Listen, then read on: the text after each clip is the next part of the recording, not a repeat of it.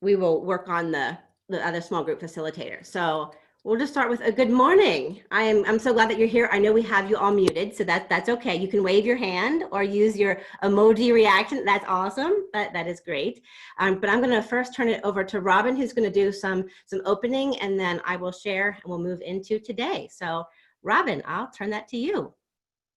Thank you, Marcia, and welcome everyone. It's just a joy to see everyone, and I hope you're all doing as best you can be doing, especially as we're taking this time to be together to really address the visioning process and our anxieties and who we are as leaders as we are about to enter into Holy Week.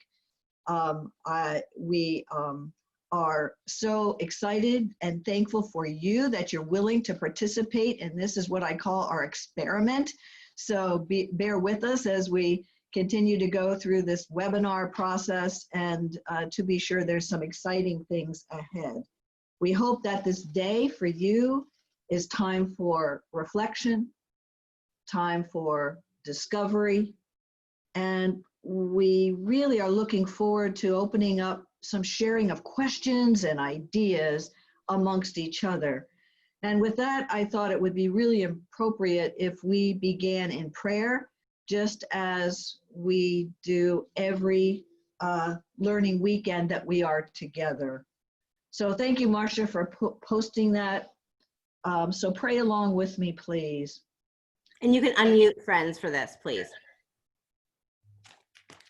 Gonna be a cacophony. I lift up my eyes to the hills, from where is my help to come? My help comes from the Lord, the maker of heaven and earth. Let us pray. Keep us, good Lord, under the shadow of your mercy in this time of uncertainty and distress. Sustain and support the anxious and fearful, and lift up all who are brought low, that we may rejoice in your comfort, knowing that nothing can separate us from your love in Jesus Christ our Lord.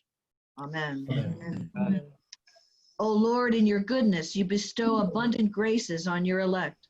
Look with favor, we entreat you, upon those in these Lenten days are being prepared for holy baptism, and grant them the help of your protection through Jesus Christ, your Son, our Lord, who lives and reigns with you and the Holy Spirit, one God, forever and ever.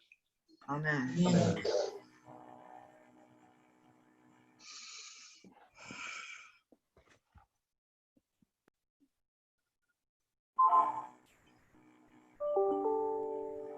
Almighty and eternal God, so draw our hearts to you, so guide our minds, so fill our imaginations, so control our wills, that we may be wholly yours, utterly dedicated unto you. And then use us, we pray, as you will, and always to your glory and the welfare of your people, through our Lord and Savior, Jesus Christ. Amen. Amen. Well, thank you for joining us in those prayers. And I am going to turn it over to Marcia, who is our tech expert in all of this. And I just want to say thank you to Gina. It is just awesome to have you with us and have you a part of this journey as we go through these unknown times in many respects in our diocese. So thank you, Gina. So Marcia, take it away. Yeah, so good morning, friends. It has been a really exciting 2 weeks for Gina and I to kind of reorient what was originally going to be the learning weekend. So what we've really worked hard to do is create an online interaction this morning that really tries to mimic what would have happened had we been able to be in Danville. So in order to manage that, I just want to kind of set you up briefly with our environment and our platform. So I know that you're used to Zoom, but you're also probably realizing that Zoom is a little finicky with the settings and what you can do. So with some practice this week, hopefully by the grace of God, we have this where we are going to be able to be together in large group, and that is going to be recorded. Then what happens, you will be broken out into 7 small groups of 3. Now, I realize not everybody is online that registered. The problem really is that we wanted to establish them ahead of time. So your groups might be really small. I will be monitoring that and might be moving you around. But the idea is that as we move throughout the morning and there's these small classrooms, if you will, small breakouts, that you are in the same group each time because you will go deeper and deeper. So the idea was to be able to form community and not do it randomly. So the only way for me to do that was to pre-assign the groups based on who registered.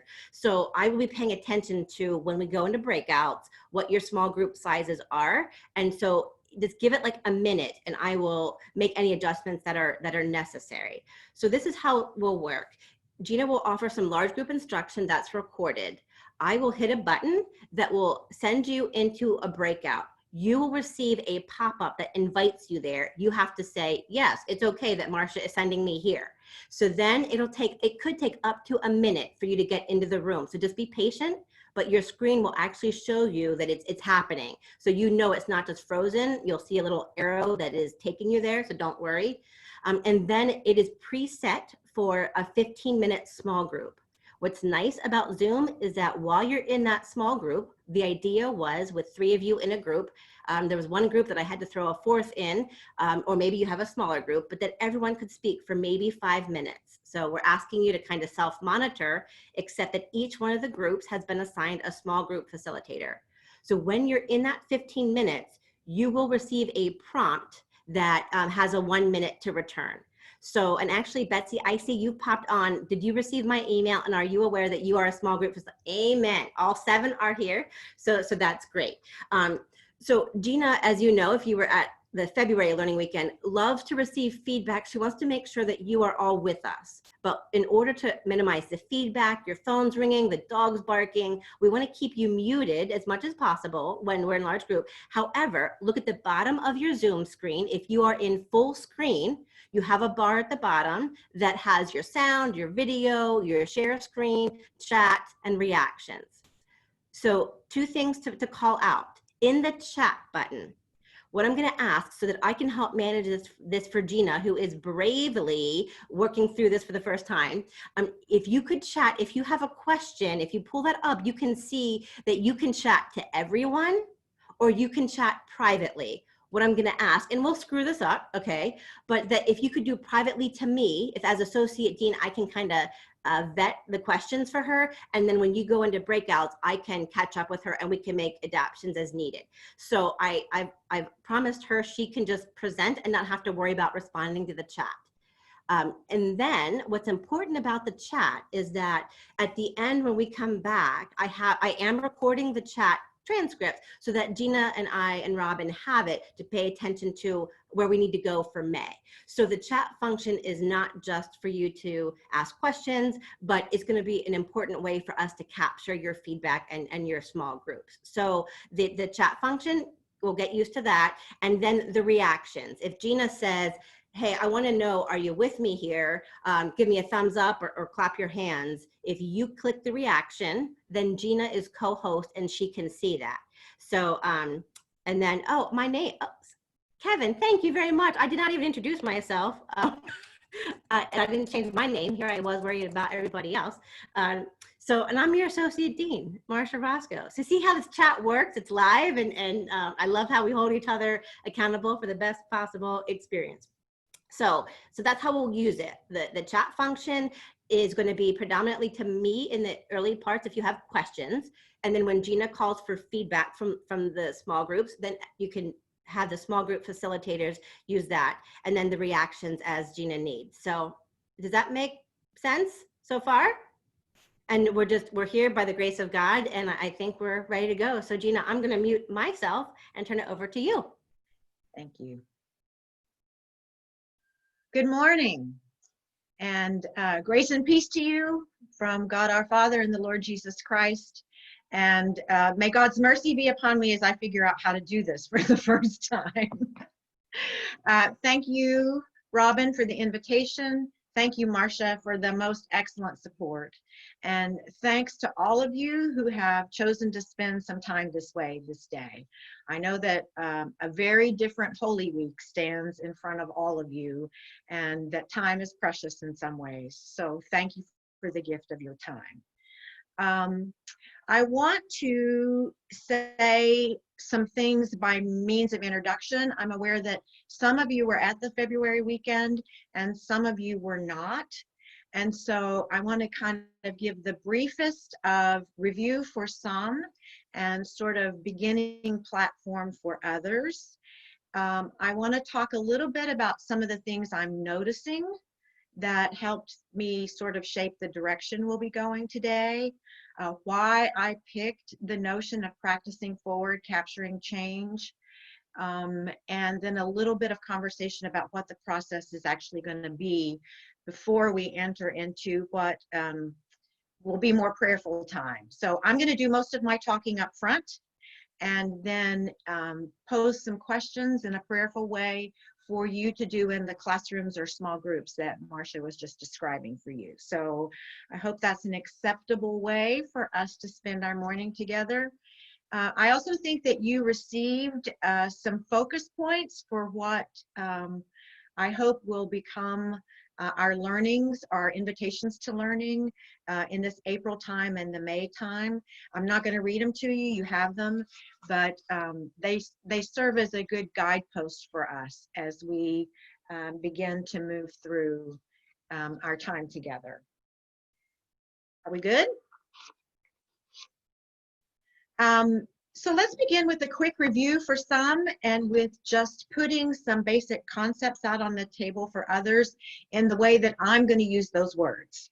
Those words may be used by other people in different settings in different ways, but in family systems and in my way of understanding family systems, this is what I mean when I use these words. And I think also Marcia sent out some reading if you want to explore more.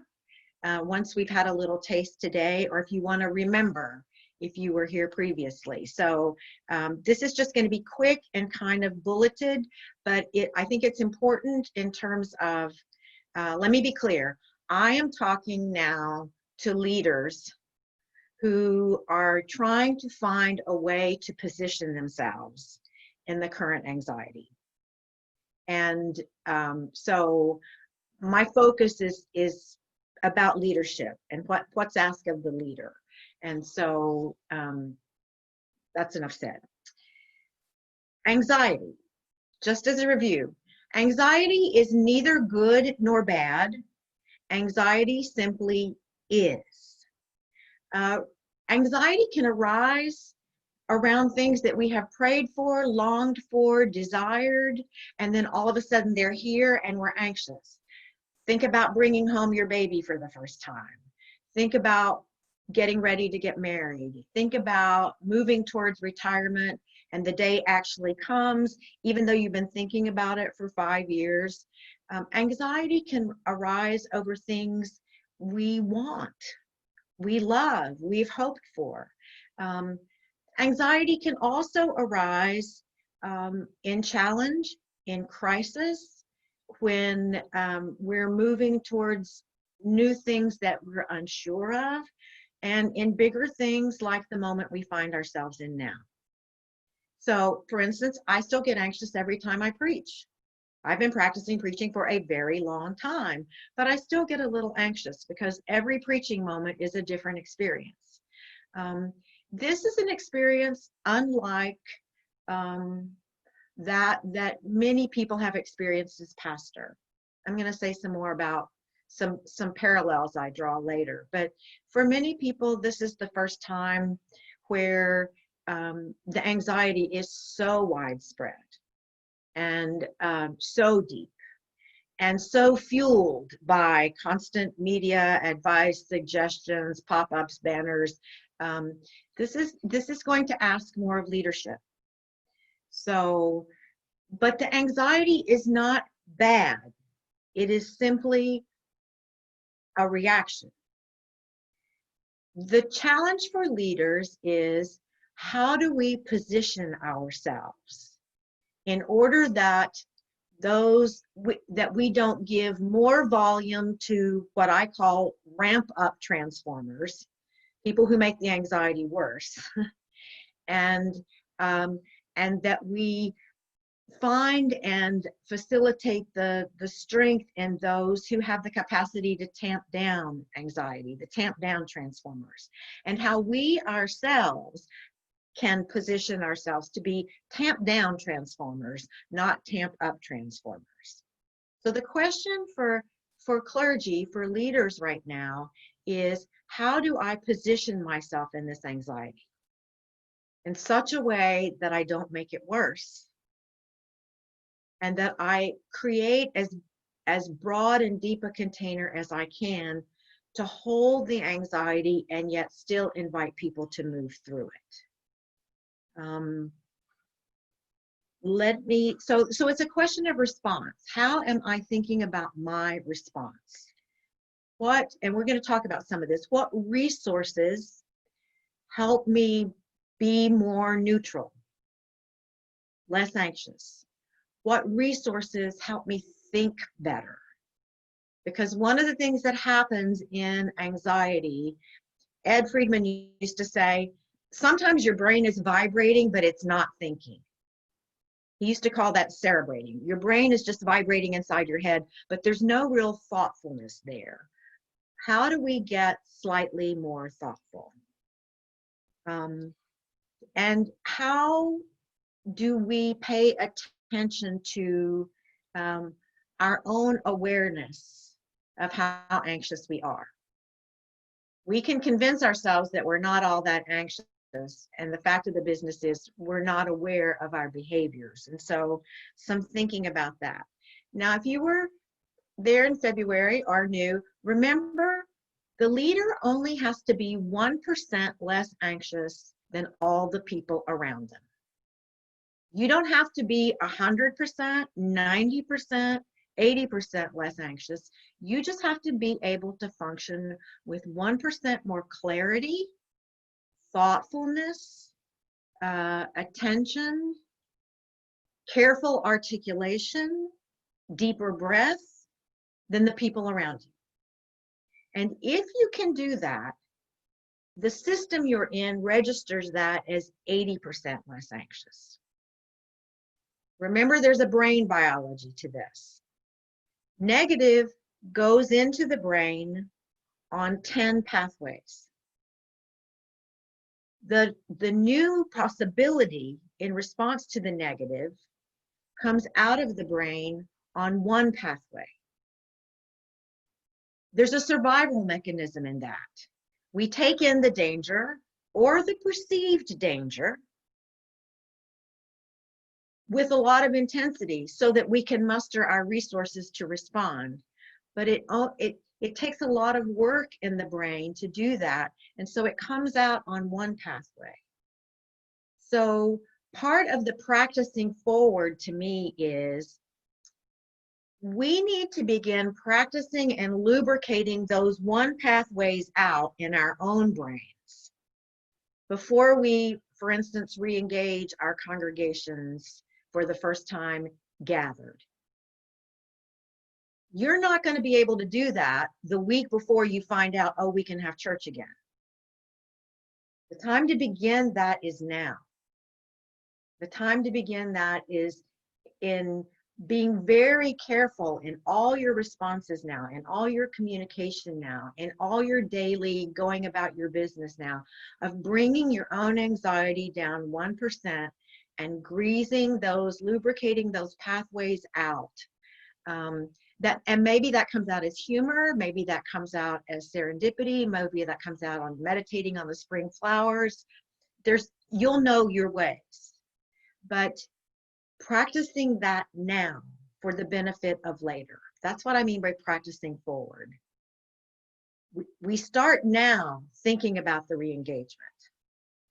We start now thinking about how we're going to be that day. And it's because we want to prepare our brain in the best way possible to be as present as possible when the time comes for re-engagement. So there's importance now in repetition. I have a friend who said she had a great aunt that she loved and who she began to get dementia. And you would go to visit her and you would tell her all about your life. And then she would say, "Dear, tell me about your life." And it would drive most people crazy. And my friend said, one day I thought to ask her, "Well, we've just gone over that, but if you'd like me to revisit it, I will." And her aunt said, "The repetition is so comforting." That's what liturgy does, my friends. There's a liturgy to preparing your presence to be once again in the presence. So let me stop there and see if are you with me? Clap, thumbs up, question. Yeah, Gina, one of the questions that's come up from one of our students is thinking about that everyone operates from anxiety a little bit differently. Like if you're an introvert or an extrovert, extroverts might tend to go in kind of an overdrive. And the question really is, do you have any thoughts or suggestions on how we can become aware of how our personality drives our anxiety? So I know you're going to talk about some self-work, but I didn't know if there's any insight there around the anxiety perspective of noticing in ourselves how that might either ramp up or ramp down. And yeah. In Bowen and Friedman theory, they're not really interested in questions like introvert and extrovert. What they would suggest is the best thing you can do about figuring out what you do when you're anxious, what one does when we're anxious, is think about your family of origin. When things got anxious in your family of origin, what did your family do? And what was your role in what your family did? Because that's going to be the most familiar go-to position for you in the current anxiety. So for example, in my own home, I was going to mention this later, but I'll mention it now. My husband's mother's mother died in the flu epidemic of 1918. And his family gets very anxious around physical illness. So in this current moment, I'm experiencing him as very fearful, more fearful than I am. Because in my family of origin, when things got anxious, I was the oldest child between my two parents in a very powerful way, and my job was to calm it down. So what I do is immediately go into, how can we bring this down? How can we bring this down? How can we bring this down? And so in some ways, I married something that lets me practice what I know how to do the best. So we're both introverted. That's not the primary category here. The primary category here is, what did his family do around anxiety and illness? And what did my family do around anxiety and illness? And in my family, I was the one, even as a young child, who could always, because my mother hated blood. So if you came in with a skin knee from a bike ride, she would freak out and I'd go get the medicine. And I did this from the time I was 4. More critical to understanding what you do, what one does, I'm trying not to use you because that's an anxious pronoun. More important is, how did I function in my family around anxious moments? What do I know about how my parents functioned in their family among anxious moments? And what all that is coming down into me in this moment. Is that helpful? Okay, we're good. So I want to move to the second piece of review, which is, remember that the antidote to anxiety is presence. It's not so much how we know what we know. It's not so much the stack of leadership books we've read. It's not so much the pulling off the what do you do with anxious people from our counseling section of our bookshelf. Put aside all that stack of stuff you know and focus on who you are. What are we bringing to this moment? What are our gifts? What are our strengths? What are our beliefs? What are our capacities? What can we imagine? What can we see? What is our capacity to turn off the screens and take a walk and value that? We're cultivating our presence. We're becoming what we want to see. We're becoming who God intends us to be in this moment. It's that notion of integrity. How am I working to be the most consistent presence leader I can be right now? In order that when the anxiety begins to come towards me about the church budget or the funeral that can't happen, or the mission that needs to happen, and how do we go out there and feed people when we're not supposed to be engaging, that we have a set of inner principles, inner sense of who we are, what we're called to be, what we're called to do. And we don't have to, every crisis then is not a new crisis, because we know how we want to be in this moment. So it's not about expertise, except about the expertise of about yourself. Who am I? How am I uniquely qualified for this moment? How do I have experiences that help me know how to move into this space? What are the connections I have with my people that I know are trustworthy and true because I've earned them? And I can call upon them, I can cultivate them. So how do we nourish our own presence instead of worrying about what we don't know?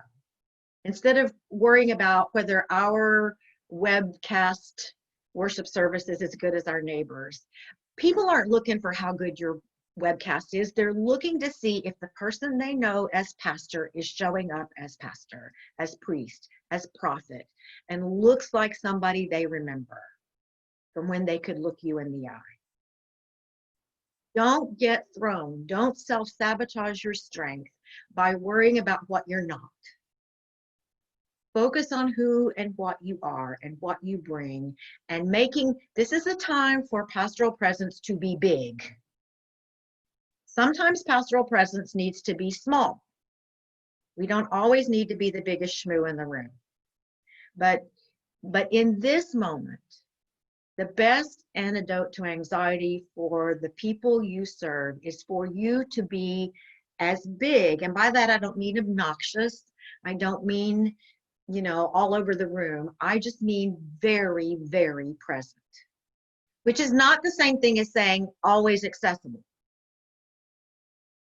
It's when you're in contact, when you're communicating, the truest, deepest things you know are being put out into the world. I would invite you, I think it is an instructive moment, and it helps me watch some of what passes as news these days. If I watch with a learning for myself in mind, I'm not as likely to get hooked into the anxious data they keep telling us over the television. I'm looking for who are the voices, whose presence is rising in this moment. So in this way, television and media can be a learning opportunity. Whose presence is rising? And what makes that so? What are they doing with their hands? What are they doing with their body? What is going on with their voice? How do they phrase the things they say? Do they pause and not just ramble on to collect themselves to say precisely what they mean? Do you understand what I'm saying? It's a good opportunity to study leadership when we're not on the hot spot. And it's a good opportunity for us to say, oh, truth is important here. Oh, a calm body is important here. One of the things I have loved about watching Cuomo is his teasing with his brother. Humor, even in it, and it doesn't feel irreverent. It doesn't feel like it's not taking the moment seriously. And their humor is around their family of origin. They're touching the resource that has made them able to be present in the way they're being present. That is really powerful. So one way to think about presence is to look at where you're seeing it and to make a study of it. And of course, everything we're seeing doesn't fit us personally. So it would not be appropriate to our presence because we would be borrowing or faking. It would be technique. But there are some things that we can take from that. So let me stop and see, are you with me? Presence as an antidote to anxiety. We're good? Any questions? Okay. Third important piece is vision. An important part of our presence is that we carry within ourselves a vision of where we want to go. So this is again the practicing forward. We're beginning now to work on what it is we hope will arise when we gather back. Excuse me, I'm adjusting myself in my chair. When we gather back together again. And vision, remember, I mean, take your strategic plans, take your mission statements, take all that stuff and put it away. That's not what we're talking about in the current moment. One day that may seem relevant again, although I wonder. Right now, vision is, remember the illustration I like to use is it's like standing on the beach or standing out on a mountaintop and looking out to the horizon and feeling that moment where you are lifted up and forward in ways you can't quite explain, except you just feel this lifting and this drawing, this movement, practicing forward. What is your vision? What would lift you out of the anxiety we're feeling right now, the lack of clarity we're feeling right now, the fear, all that stuff? What allows me to lift up and forward? Like, I like having this kind of challenge right this moment because I have had to focus on taking something I love to teach and doing it in a new way and into an environment where intensity is up. I would much rather be doing this than watching my screens. This is so engaging to me, and I have every confidence that on the other side of this, I'm going to be even a better teacher of Friedman theory and even a better pastor. So that gives me that up and out. I can see there's going to be a place for what I know and who I am going forward for the benefit of God and God's people. You'll have to find that for yourself, but I guarantee you it will have almost nothing to do with the work of the institutional church at this moment in time. That work will still need to continue in the ways that it can, but that is not the sustaining, drawing, horizontal view that is going to allow you to position yourself as a leader with a sense of what's going forward. You don't have to know the particulars of next. You just have to sense the hope of next and be able to communicate that. Let me stop there and see if you have questions. Nothing's come up, but Amy, I'm going to call you out because she lifted up the maxim of the Churchill maxim about don't waste a crisis. And so actually my spiritual director and I have actually been praying into that we recognize that in times of crisis, it really is an opportunity. The challenge versus sabotage. The challenge is going to bring pain and growth, but sabotaging is looking at it as a problem. So yeah. And the other thing to remember about, here's another way.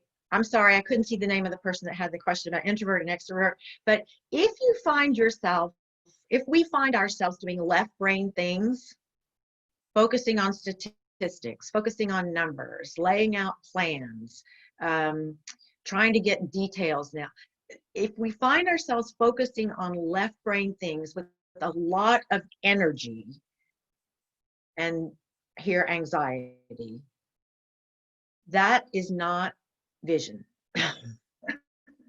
Because the thoughtfulness piece is missing, the wonder piece is missing, the awe piece is missing, the internal, this pulls me up. And so we need to quiet the left brain down and practice some things that invite the right brain to rise up. Right things being the music that moves us. I've been listening to a lot of Yo-Yo Ma lately. That's music that just takes me out of myself and lifts me, and it doesn't have words. So many words right now. The music doesn't have words. It's just beautiful music. For some people, it's going to be art. For some people, it's going to be nature. For some people, it's going to be creating, whether you're crocheting or doing woodwork, or but those things that quiet the left brain and invite the right brain to be to rise up, that's going to fuel your presence and give energy to vision, the capacity to vision. So let me stop before I move on. Any other thoughts, questions, wonders?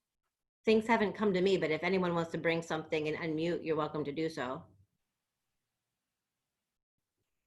Gina, I think in Pennsylvania, I don't know if you see, but Dr. Levine, I think, is a great example of a non-anxious presence. Okay. I feel like she's offering me a cup of tea every time she does a press conference and saying, just relax, it's going to be okay.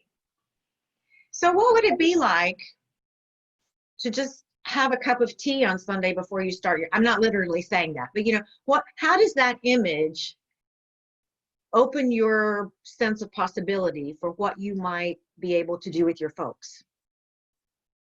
Have a Wednesday night cup of tea. Everybody pour tea. We're going to be on Zoom together. Or you see how you can take an image and then play that out in your own way.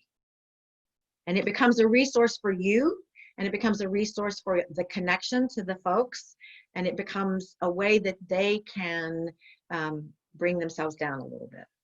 Thank you for that.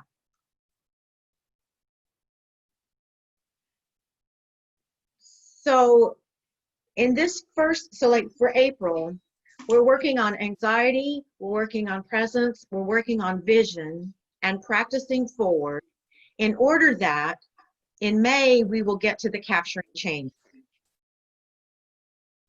But the reason I talk about capturing change is because if we don't know where we're going, we're not going to know what we're looking for. And so when it rises up, we're going to miss it because we don't have a sense of what resources we're going to need to pick up along the way. So we work on our anxiety, we work on our capacity to be present, we open ourselves to vision in order that when the change presents itself, we can capture it and don't lose it. Because if you lose it, it's hard to manufacture. And we're going to talk a lot more about capturing change next time. But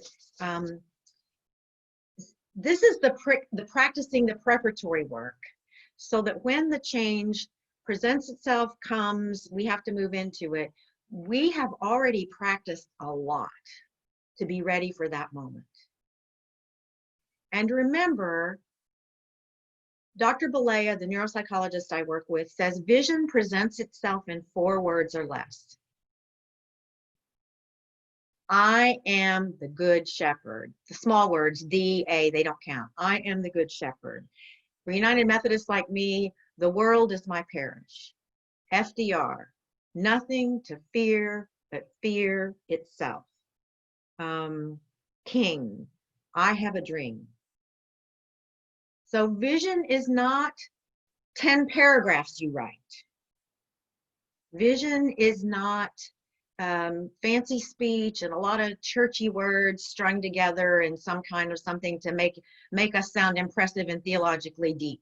It is captured in 4 words or less. The brain can grasp it. It casts a picture of something aspirational. And that's what we're practicing towards right now. So that's kind of the review and the why I chose what I chose for our topics. I'm going to do one more little piece and then we're going to get into the thick of things. So thoughts, questions? Take a breath, stand up for a minute. You need to get away from your screen. I have a comment. Uh-huh. I'm remembering back when we met together, Gina, that you were so adamant about being in the presence of physically being with people. And I just want to say, you're doing a great job here. This is great stuff. And, Well, thank you. yeah, I just remember that so starkly about what you, I mean, you know, there was a lot of, you know, boy, you know, we need to do this with each other. So it's a wonderful format in this time that we can do this. So I just want to, you know, encourage you on. Well, thank you. Well, you know, tell God what you don't want to do. And the opportunity presents itself. And thankfully, I hope most of you feel like you're my friends. So it's among friends. I have a question. Yes. I'm not a priest or a pastor. I'm the music director. Yeah. And but my priest is a mess. She's very, very anxious. She's overwhelmed. She feels like she's not doing what everybody else is doing, and we cannot seem to comfort her. But as the music person, we're doing morning and evening prayer every day, and I'm providing some music. But right now what I'm doing is Tizay. I thought that would be very comforting and soothing. But what can I say to her, or what can I do to help her to calm down? She's had a lot. Her mother was quite ill, and Hey, did you hear what you just said? What? Her mother was quite ill. My hunch is that's not cleaned out. Oh, she has a bad relationship with her mother. That's true. And it's been very difficult. I would imagine she hasn't shared anything, but it would be hard for her to have to leave the church and go up to another state to get her mother and bring her home. Her mother's very seriously ill. Heart.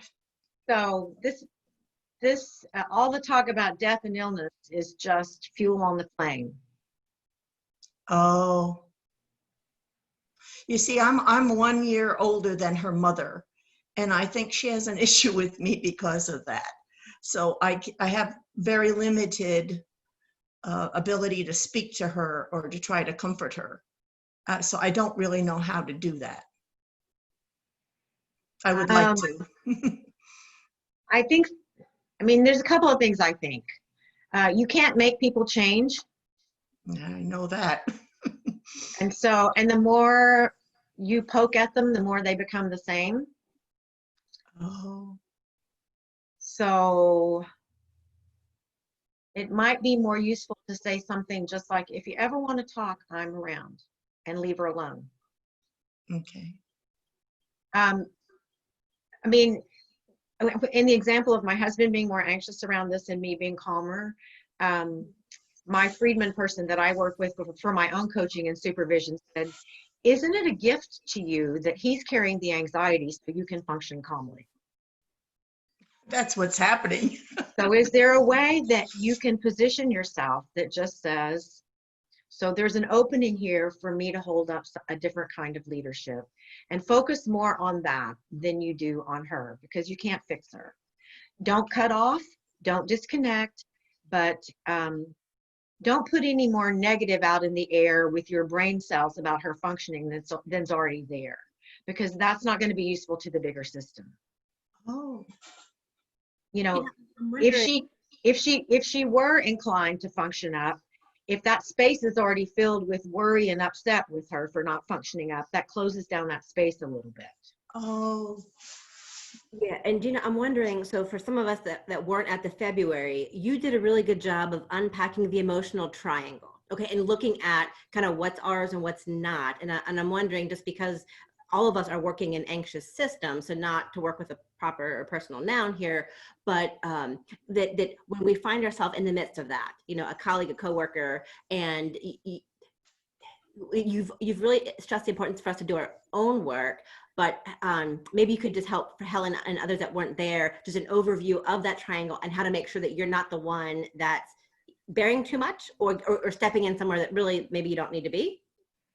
I'd like to save that if I can till May. Okay, that's okay. That's fine. But here's the thing. If we're working on our own presence, we're less likely to be hooked by stuff that's not our business. Right. And I knew that's where you were going to go. Yep. I love you, Gina. So now when, and here's another thing. Here's a rule of thumb. Ed Friedman used to say, draw yourself a little half moon. So I got a piece of paper here. Let's see if I can do this. So does that show up? Can you see? Mm-hmm. So you draw a little half moon. There's an I, there's you, there's you. When one is working on one's presence, one is working as much as possible to stay in I. Anxiety is going to pull us into the I-you. We're going to continually be working to get back into the I. And when it's you, that's immaturity. So that's so one way to think about it is if you're in a dilemma right now, or if you find yourself treading water, or you're like on a treadmill and it's not getting better, draw that little half moon, I, you. Think about the pronouns that are being used. So you didn't say you about this woman, but you're thinking you. You aren't functioning like you need to. You aren't doing the best you can for this congregation. You know that yourself. You have issues with your mother. That's getting out of our own business.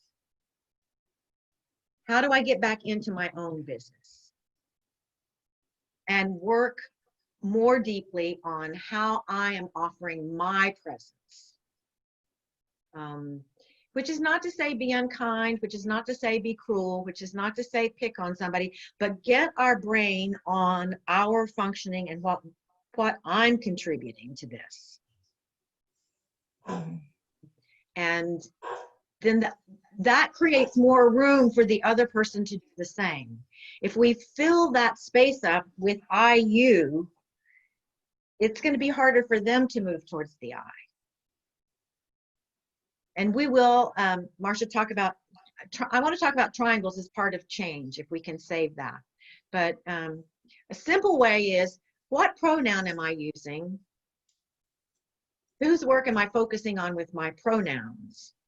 And that will give me a clue of when I need to work more on my own presence instead of being in other people's space. The best thing you can do for other people right now as a leader, and if you're the music director, you're a leader. You may not be clergy, but you're a leader. You're a faith leader. How do I keep practicing forward? How do I keep practicing forward? Other people are going to do what other people are going to do, and there's nothing I can do about that. I can work on myself.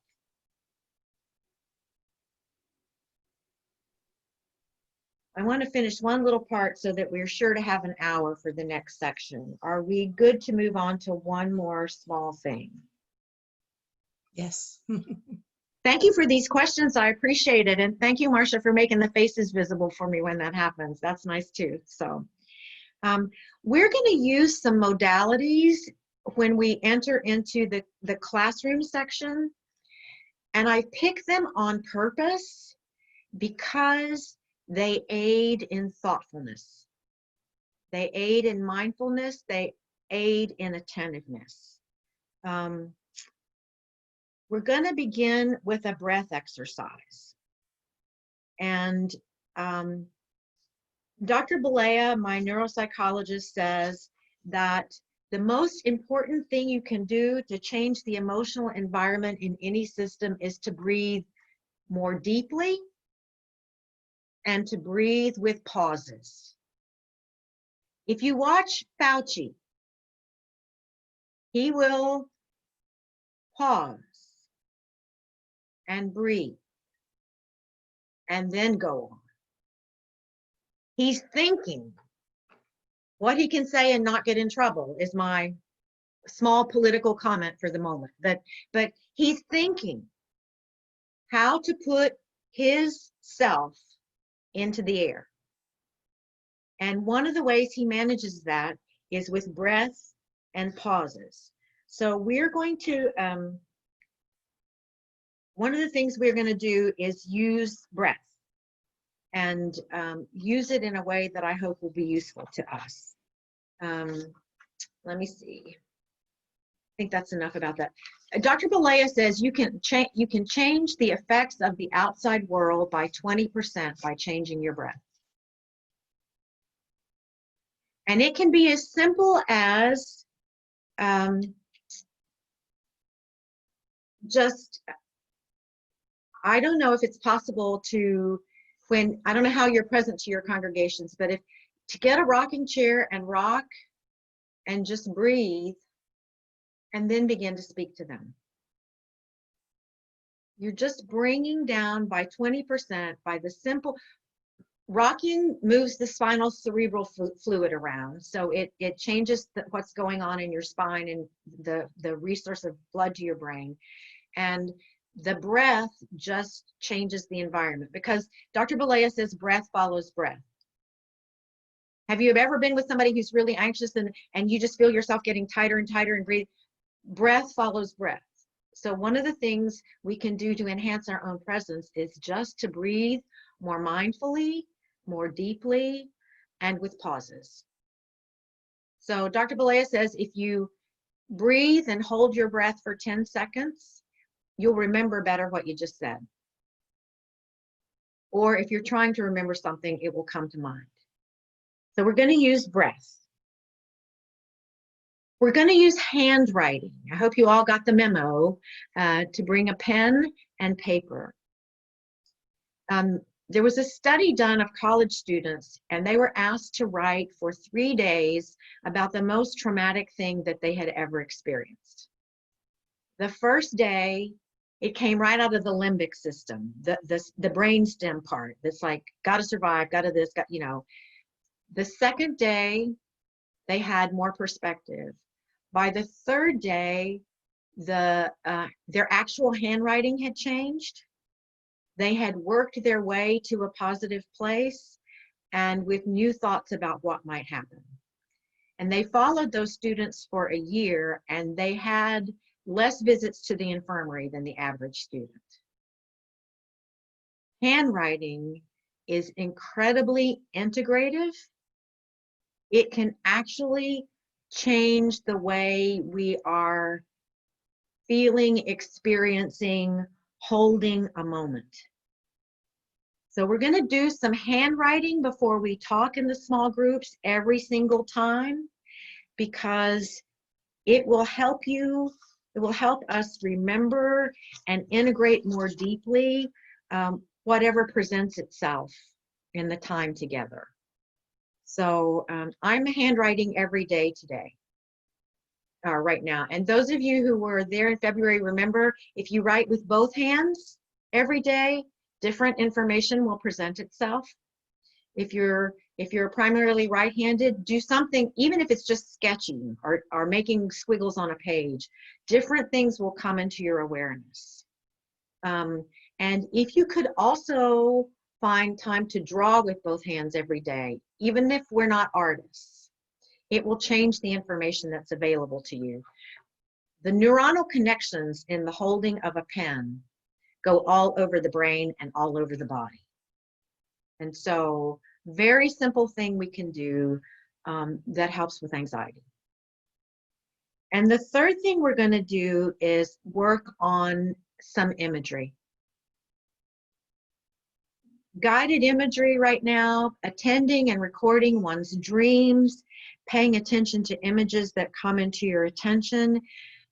Those are invitations from the right brain to quit looking at all those charts and graphs and see what it is that God might be doing in us right now through the gift of images. The left brain will take over and be the executive unless we invite other parts of the brain to come to the meeting. And imagination is one of the ways to do this. It's where the possibilities live. It's where the newness lives. They've done studies of Olympic athletes, and they had some athletes who spent 50% of their time doing nothing but training, and other athletes who spent that 50% of their time imagining their race, imagining their event. And at the Olympics, the imaginers did better. So anxiety, the anxiety in our systems, in our families, in our culture is going to make us go the left brain way. Work harder, do more, stay busy. What are the numbers? What's the budget? And I'm not saying those things aren't important, but if they are driving the truck, there will be no vision. And without vision, we are not as leaders as fully present, and we surrender some of our capacity to lead forward. So we're going to touch an experience of those things today, and see what you learn and how, and you might want, that might be part of your practicing forward. Maybe one of the ones is more fruitful in your own experience than some of the others, and that might be a gift to you of something to continue with as we move through this time together. And just before we move into our practice, there are a few other things I'm noticing that I just want to put out there, and I don't know exactly what to do with them right now. And I'm looking for the piece of paper I wrote them down on. One of the things I'm noticing, I'm talking with a lot of people who have been people I've mentored for years.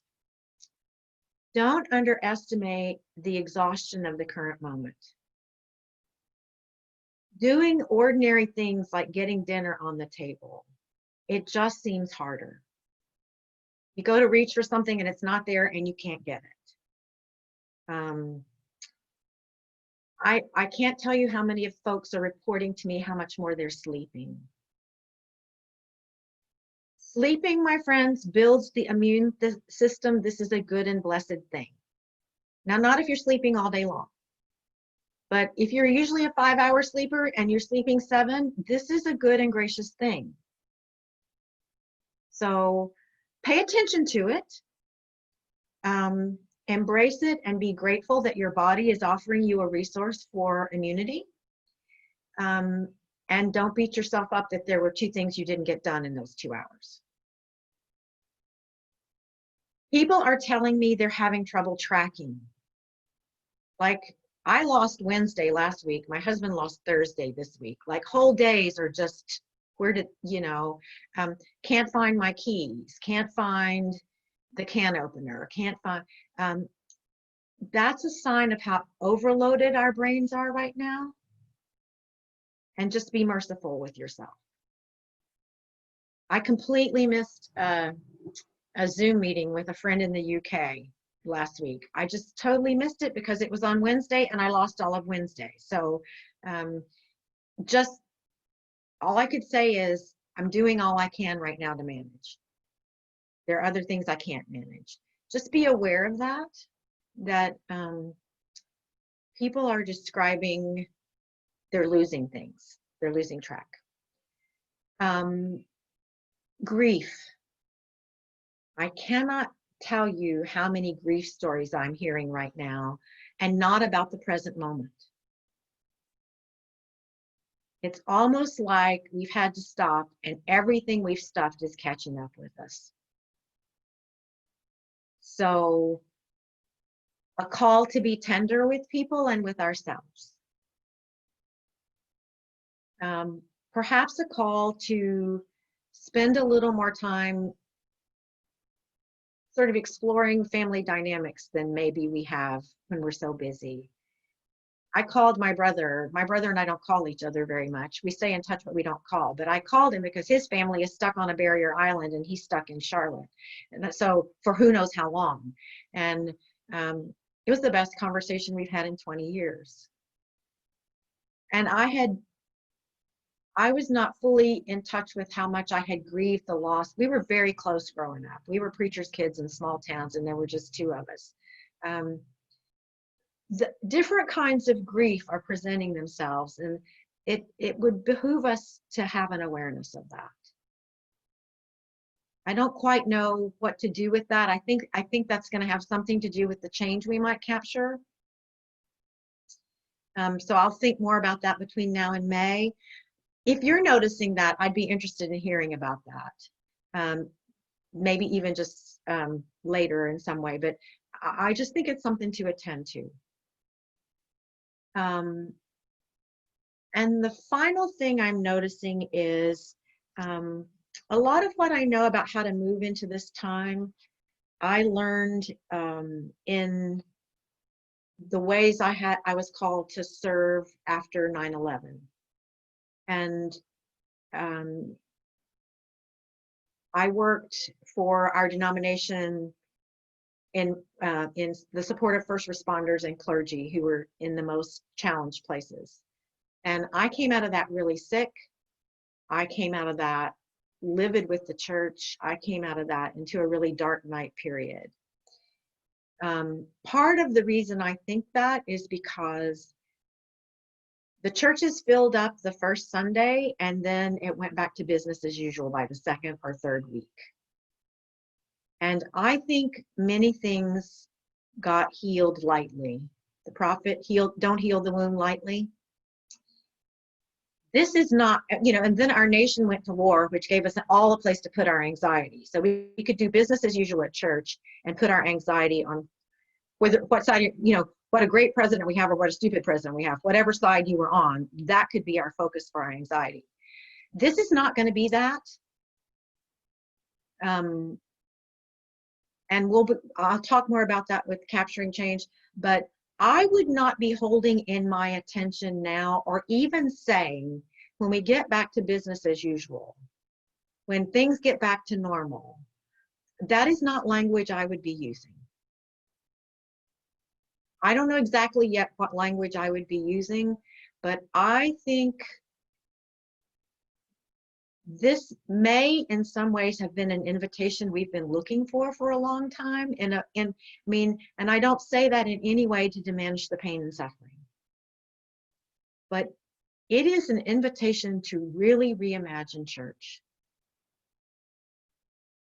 And like I said, I'm just noticing. And part of what I'm trying to offer this week and in May is a way for us to think about positioning ourselves as leaders that's not anxious to how quickly we can get back to what we knew. I think that's the wrong way to go. I'm talking a little bit out of personal experience and how disappointed I was with the church in the way nobody wanted, for instance, to talk to me about death. If we think we're going to get through this one without having to talk about death, and I mean death, big D, not funerals, we better be reading some theology between now and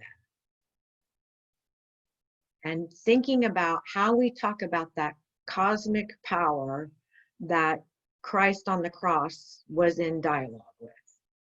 It was the cosmic reality of the consequences of sin which lead to death.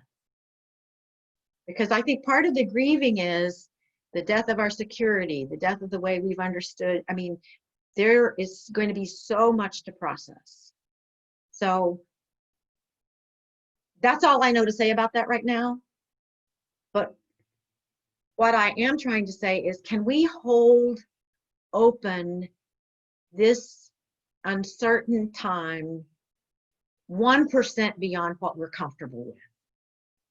And in that 1%, try as leaders to move with deeper vision and clearer presence. And so the process we're about to enter is an invitation for you and a couple of colleagues to think more deeply about what that movement might look like for you. I'm here now. How might I move through this time towards something else? So we're practicing forward.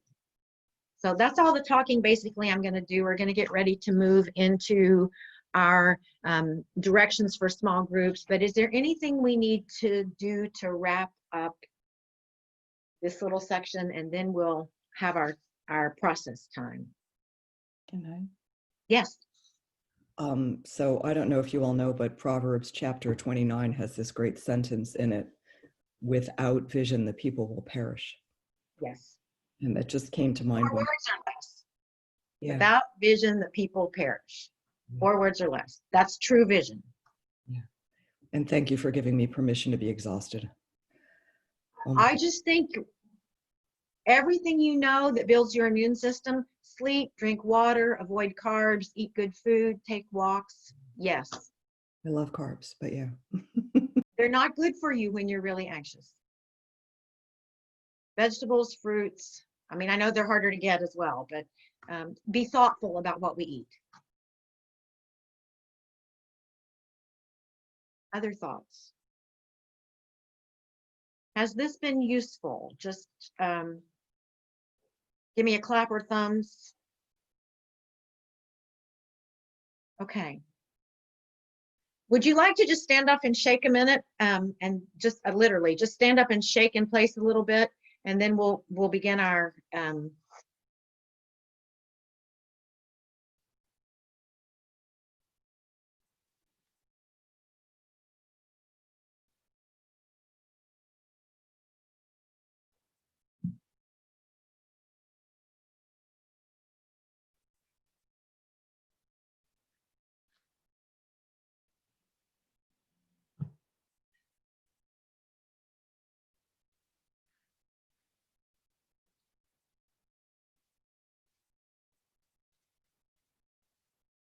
have we returned?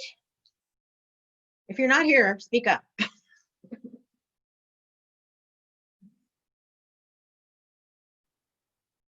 Are we good? Okay, let's.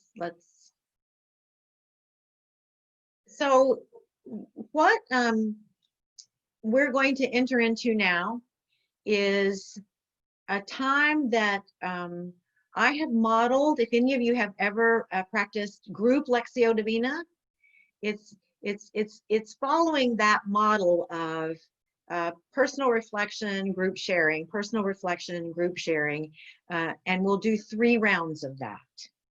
So we're going to begin with a little bit of a breath exercise just to practice breath. We're going to, I'm going to offer you a question. You're going to move into your small classrooms, small groups. The first thing you're going to do is write a response to the question. If you don't like to write and you'd rather draw, that's fine, but pen in hand, not this. Then the small group leader is going to share their response. Everybody's going to share a response, and you'll have 14 minutes to talk around that question, and then you'll get your prompts to come back to the group. And we'll do that a second and a third time, and then we'll just say our goodbyes at the end of that period of time. We'll try to collect up in that third time things from each group that it seems really important to share with the whole. Discoveries, wonderings, ahas, and that may also offer us some direction for what we do in the spring or in May. So, but it's just going to be 3 movements of 3 times in groups. And there's some guidance in the hands of your small group leaders. So lean into them and let them help you with the process.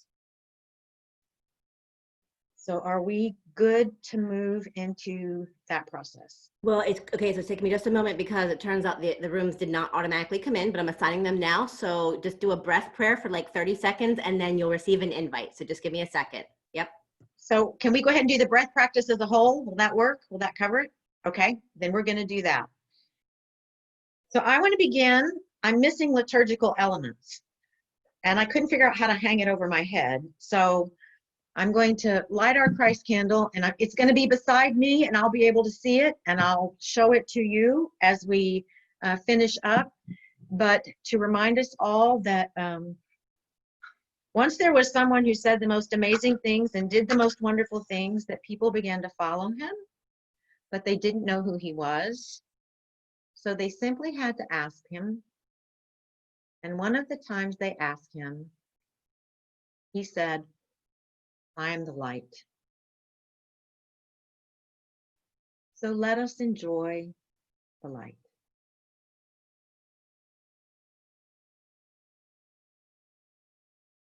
I'm going to place it right here. You're going to have to trust me. It's lighting as we pray.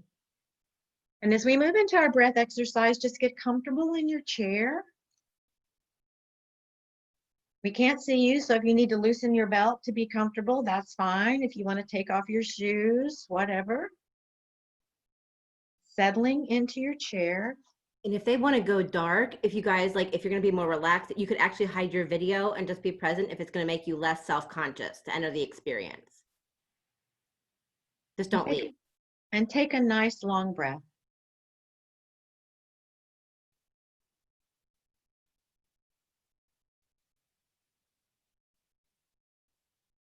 And another.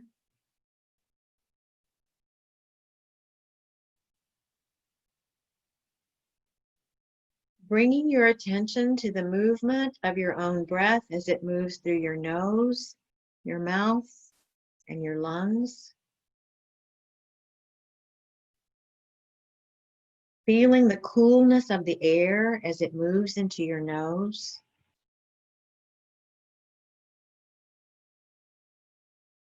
Noticing the movement of your breath as it leaves your lungs.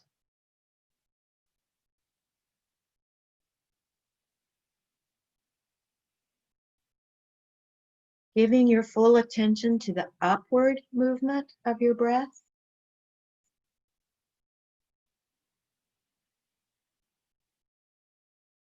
And the downward movement of your breath.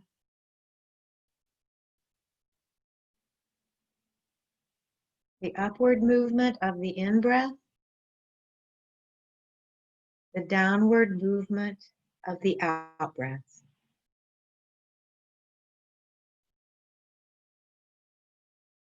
Simply follow the movements of your breath.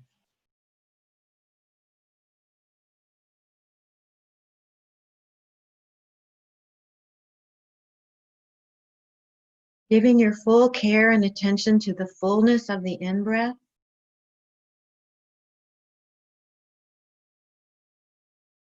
And the fullness of the out-breath.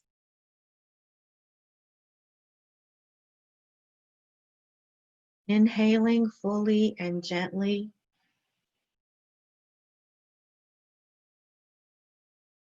Exhaling fully and gently.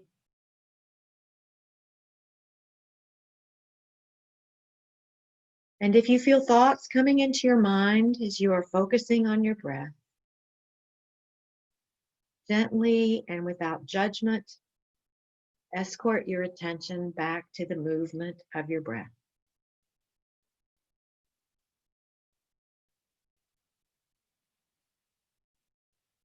Allowing your attention to follow the waves of movement.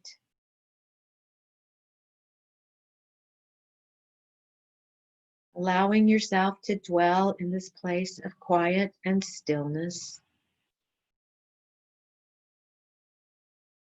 Not trying to do anything. Not trying to get anywhere. Simply being present to your breath as it unfolds in a never-ending cycle.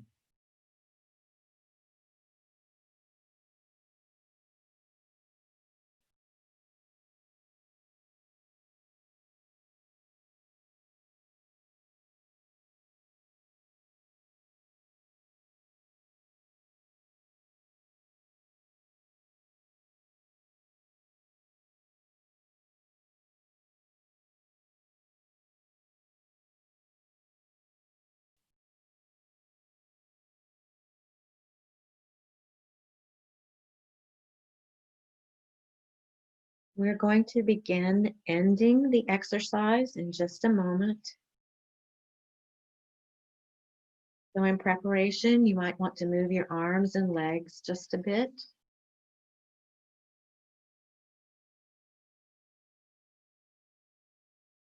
And we will end with this prayer, and then you may gently open your eyes.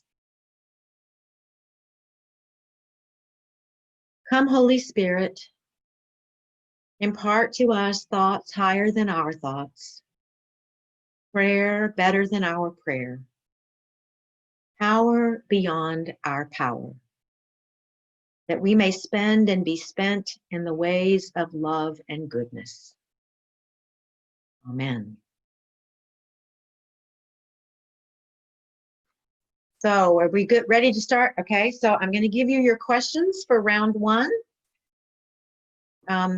If this were the practice of Lectio Divina, this would be the part that goes, I see, I hear, I sense, I am aware in this moment of.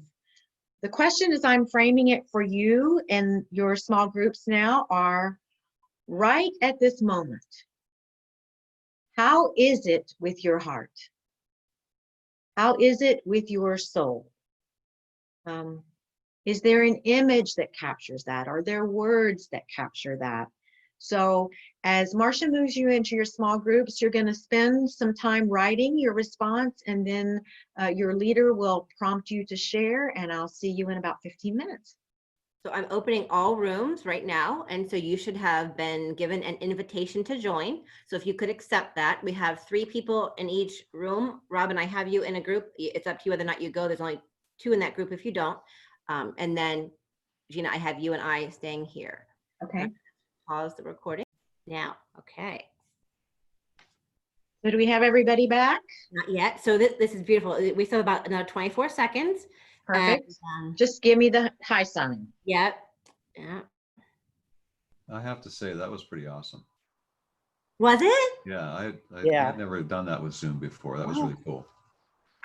That's really, I was talking to Robin yesterday, and I said, I really hope that I'm trying to be vulnerable, right, and model all of this just humbly, and realizing that I'm hoping that with the things that maybe I mess up technologically, that it benefits the greater church. So yeah. So This is what I wanted to happen, but I couldn't make it happen without Marcia. Right. Well, it's job security, so that's my hope. I mean, there's no ego there at all. No. Okay, so I think we're all back. I see 23, and I see that you're muted. We even got Dana back visually. That's awesome. So, and then Sarah, it looks like her seat is empty, but we're back. So, and we're recording again. I shared this early on, but your breakout rooms are sacred space.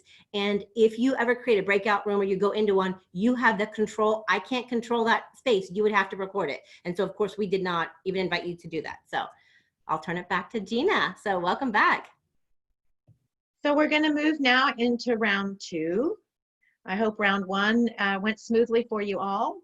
And if this were Lectio Divina, the question might be something like, how does this passage touch my life?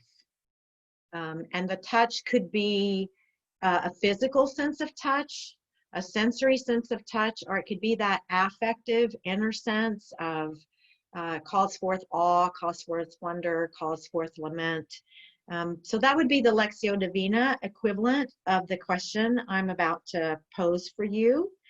And here's the question. Has this season of social distancing changed your functioning as pastor, priest, and prophet? And if so, how is it changing? So let me repeat it for you. Has this season of social distancing changed your functioning as a pastor, priest, and prophet? And if so, how is it changing? So a reminder, you're going to go back and you're going to write or draw first, and then your small group facilitator will initiate the sharing, and we'll see you in 15 minutes. You should have received your invite, and it should be the exact same groups. Recording just so that way, once everyone gets back, we'll get the 3rd small group instruction. And everyone should, all right, the rooms have been closed officially. And I see Hollywood Squares 21, 22, one more. Did we lose one? 23, I think. All right, we're good. Gina, back to you. Okay, welcome back. So this is our third and final round. And if this were Lectio Divina, the question would be something like, is there an invitation here for me? And I'm going to word that a little bit differently, thinking about how a time like this might invite us to think more deeply theologically, to engage differently with our belief systems.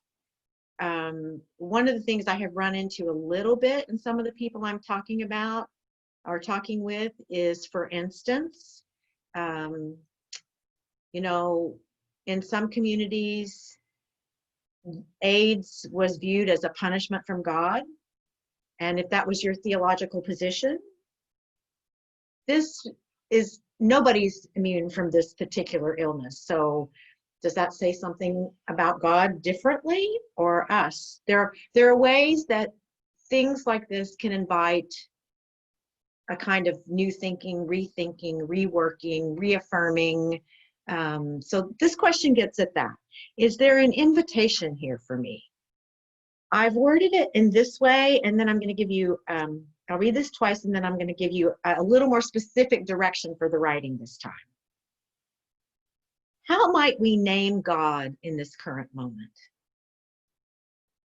What discoveries are you making about your core beliefs? How does this naming of God and these core beliefs guide your thinking and moving into the future? And imagining what it will be like to re-engage as a faith leader with a physically gathered community of faith. So let me read those one more time. How might we name God in this current moment? What discoveries are you making about your core beliefs? How does this naming of God and these core beliefs guide your thinking and moving into the future? And imagining what it will be like to re-engage as a faith leader with a physically gathered community of faith.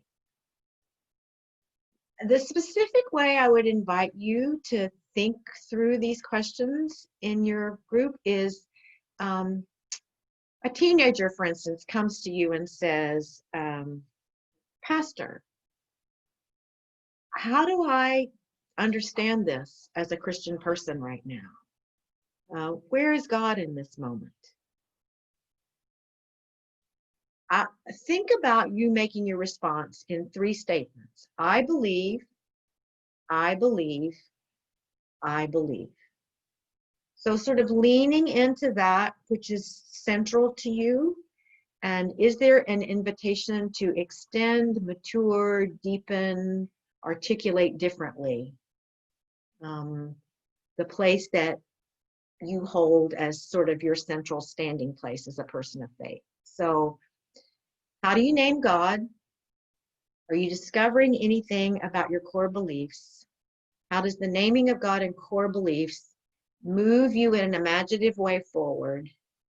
And the way I would like this round to be answered is, I believe, I believe, I believe.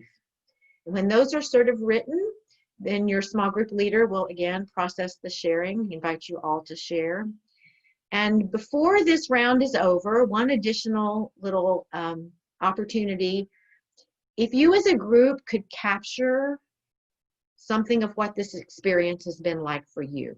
I'm not asking you to share content unless that seems valuable and you think the group might benefit from hearing that. More, is this a process you could imagine using somewhere else? Is this a process that's been useful to you? And if so, how would you describe that usefulness? So I believe, I believe, I believe, and how has this been? Anything else from you, Marcia? No, and then when you come back, what we're going to invite you to do is each of your groups still has a small group facilitator, and they have the questions, by the way, in email. we're going to ask you to have one person per group, maybe type that statement in the chat when you come back full group, so that way I have it as a transcript. Does that make sense? So we'll see you in 15 minutes. Yep, I'm going to open up the rooms now. You should have received your invite. Okay, and Mary, it looks like I need to assign you to room 5. Okay, so everyone should be. I'll stop recording now. Hit unpause recording. We're back recording. So we knew that we create an agenda and then God laughs, right? So we knew that there was stuff that we wanted to get accomplished, and Gina and I said, and we're going to do it. So if we run over late, then that means that you guys can hang up at any time, and it's being recorded. So yeah, but also just learning the technological curve of how long it takes to get you into a break room, and like there needs to be a 2 to 3 minute window each way for you to go get settled, do the writing. So, you know, we'll learn to budget time. And so we just appreciate your grace and your flexibility, but I will turn it back to Gina because you're all back. Well, and I would just repeat, thank you for letting this novice experiment on you guys. And we're learning, and I know we're a little over time, but we're going to finish. If you have to leave, no offense taken. And we'll try to take into account, as Marcia said, next time, the technological transitions that need to happen. So I want to welcome you back. And this is sort of the end of the practicing forward with one another time for this time. I would like to pause and make sure that we capture anything that was important to your group to share back with the larger group, either about the process itself or about some of the things you're discovering about being in ministry in this particular time and place. And Marcia and I will find a way to share that with everybody. Yeah, so if you put it on the chat, I'll record the transcript, and then I'm going to post that on our Google Classroom, but I'll talk more about that when she's done. And it will also help us shape then what we do in May. But is there anything anybody wants to just weigh in with right now that's just very forward in your attention and you want to say in the larger space before we move to close, talk about next steps in closing? There's something critical, we'd love to hear it. Or if there's something that's important that's happened, we'd love to hear it. Oh, I have something. Yes. Let's see. In the readings that you sent out, which were marvelous, there is a example of learning circles. And so in this time, I've created a learning circle, and I've had some really generative ideas with our congregation to set up a coffee hour, virtual coffee hour after service tomorrow. So this came during this time, Gina, that we were together, and I'm really grateful for that. Well, thank you. Thank you. And the technology is great. I think you've worked it beautifully. I think it's All Marcia. I'm sitting on my couch. well, it's A little bit of the Holy Spirit. That it's been a good experience in the transitioning. Anybody else that wants to be sure to weigh in before we? I do. In our group, we talked about how, if you've seen the movie or read the book, The Horse Whisperer, it's an old one, but there's a quote in there where the mother and daughter say that they say things out loud that they had barely dared to utter to themselves. And I think we felt like in our group we could do that, because if we don't do that somewhere, then we might be anxious somewhere else. And we won't have done that 1% back on anxiety, that not everybody's ready to hear everything that we said today in this group, and that maybe we'll get there and maybe we won't, and it's a journey. But to say to someone in a healthy space, reduce the anxiety to the point where we could be a more effective leader. Thank you. Thank you.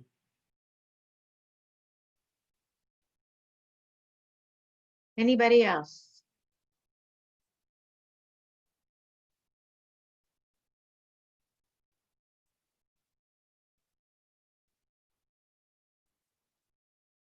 So, Marcia, are you there? I'm here. Okay, is that everybody? Yeah, well, and so what I'm saying is a few of the chats are coming in, but they're coming to me privately in terms of what this process helped you. Okay. Okay. So I've messaged back to you that I've received it. If you could post it publicly. So this is a good example in how we use Zoom, that when you hit chat, you can do a chat to everyone, because we'd like the group to see it. And also I want to make sure that the transcript happens. And if there's individual chats, I don't know that it will record that. So if you I have to retype it. yeah, well, you know what? You can highlight it and copy it and paste it into a new chat probably, because it'll go to your clipboard. Yep. And if not, before I close out, I mean, you guys will dismiss you, and I'm not going to hang up and I'm not going to dismiss the call until I can see those in the full chat. I think I can copy and paste, but you'll save me some time, and I'd love that. And so, So anybody else want to speak to everyone before we move on? and Jim, thank you for being here. I know you need to go. Thank you very much. Seeing, Messages are coming through to everyone. Great. Good job, Kevin, Linda. thank you. So Gina, do we want to talk about what's next and your thoughts there? Right. So a few things, ideas about next steps. We've gotten so confident now in our capacities that Marcia and Robin and I have been talking about the possibility of offering a series of podcasts that would be available to you between now and May, to continue thinking around some themes that are capturing my attention, or that I believe are useful in terms of how one is a leader in this period of time. So just, we have a list that I've created, which is not an exclusive list. We're going to invite you, Marcia's going to send it out, invite you to vote on, I'd love a podcast on this. And I would love it if you think about a podcast on this that maybe I hadn't thought about. But for example, some of the things I have been thinking about was the pitfalls of togetherness. Like when we get back in the rush to be together again and what might get lost in that. I've been thinking about the importance of a practice of lament. I've been thinking about the capacity of maybe using some guided imagery to help you think about your first Sunday back in your sanctuary together. So those are just some of the ideas. So we're going to send you a list and say, would you like a podcast? Did these capture your attention? Other suggestions? And that would happen between now and our May conversation that we're set up for. So anything else you'd like to add? Well, I just want to share that I have sent invites to each of you. You're, again, I'm going to call you holy experimenters, that I'm learning how to use Google Classroom. So the Stevenson School doesn't have an official account because we don't have a .edu. So what I'm asking is for more of your grace, that we would work through my first ever Google Classroom, which would be, I'm calling this a less non-anxious learning leadership community.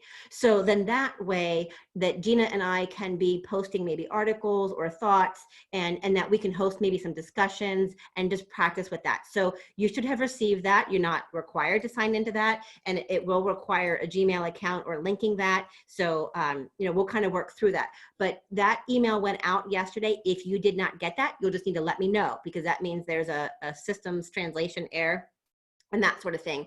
And so we will communicate with you as podcasts are created, but I'll also figure out, probably with the beautiful wisdom of Lisa Work, how to make it a very online community where I don't want Gina and I to have these tight controls, but rather you can create content, discussions, questions kind of thing, rather than it feel like a classroom per se. I really do want to learn how to use it as a community, if that makes sense. So we'll use that and then go forward. Amy, you raise your hand? Yeah. Yeah, I tried to sign on to it. It's not the same email as you sent, like you send it to amyecw@comcast.net, but I need to sign in with a Gmail account to the Google Classroom. Is that correct? Lisa, I'm going to unmute you because I'm just going to call you out. You know this much better than I do, and you're my, she's my sensei. So like I couldn't get on, so. So you don't have to have a Gmail address, but you can create a Google account with your Comcast account. So if you go onto Google, you know what I can do is I think I have something that I can send to